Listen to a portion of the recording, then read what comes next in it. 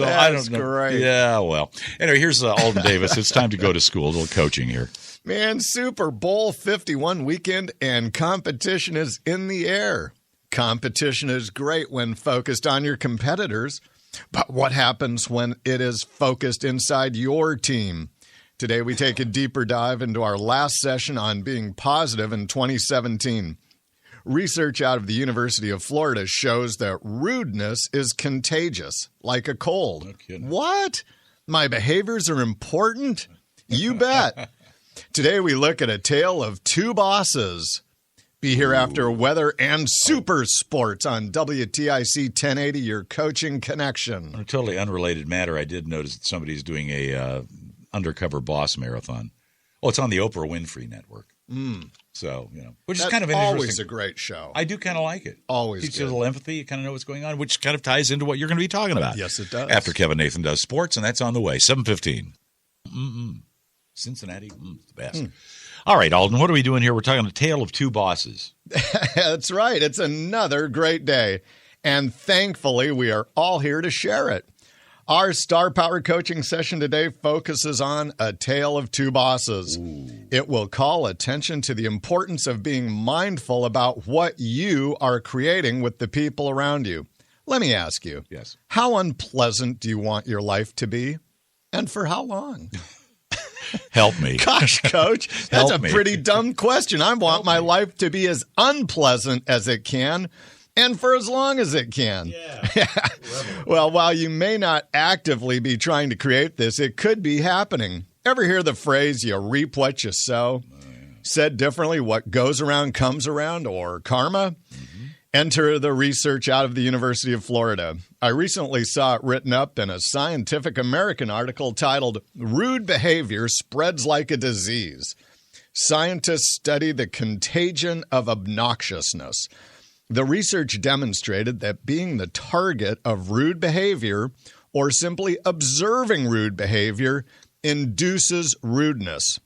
The article goes on to say the finding that negative behavior can beget negative behavior is not exactly new, as researchers demonstrated decades ago, that individuals learn vicariously and will repeat destructive actions. In the infamous Bobo doll experiment, for example, children who watched an adult strike a Bobo doll, the ones that you bop, strike a Bobo doll with a mallet or yell at it, were themselves abusive towards the doll.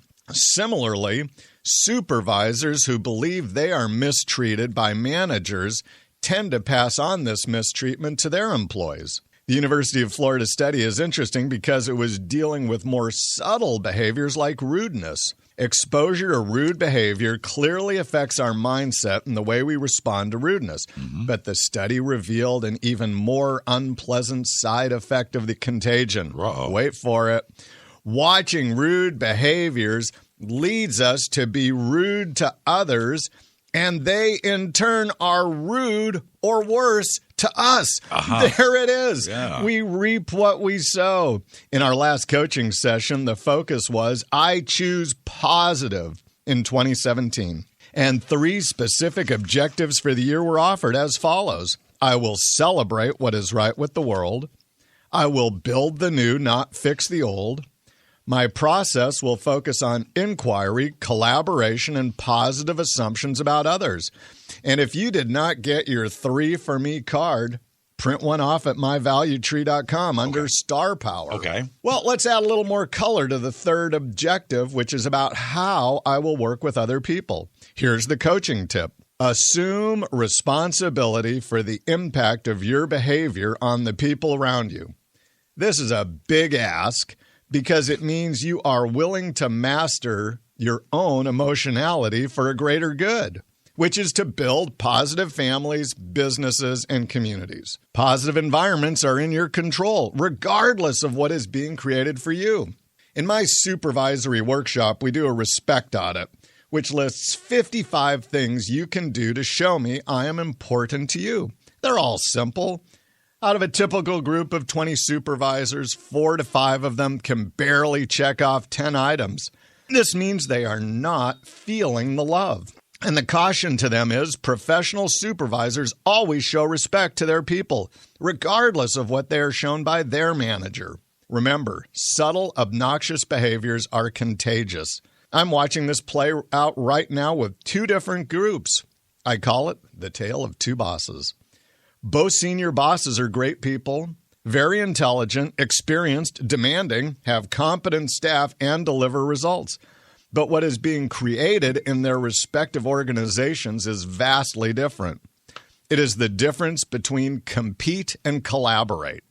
Compete is a process of I win, you lose. Great for the Super Bowl, not so great for building the team. Collaborate is a process of joint problem solving where personal interests are subordinated to a greater good. When you have a boss or parent or mayor who uses compete when solving problems, it makes it very difficult to offer an alternative view because the boss is in it to win it. You can only push so far before it would not be prudent to continue.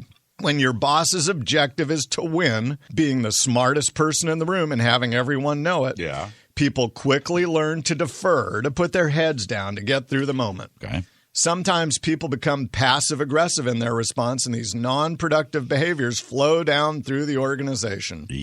As each new issue comes up, I must gird myself for battle with the enemy. It is a draining environment to work in, not much fun, with lots of lost potential. Let's look at the other boss.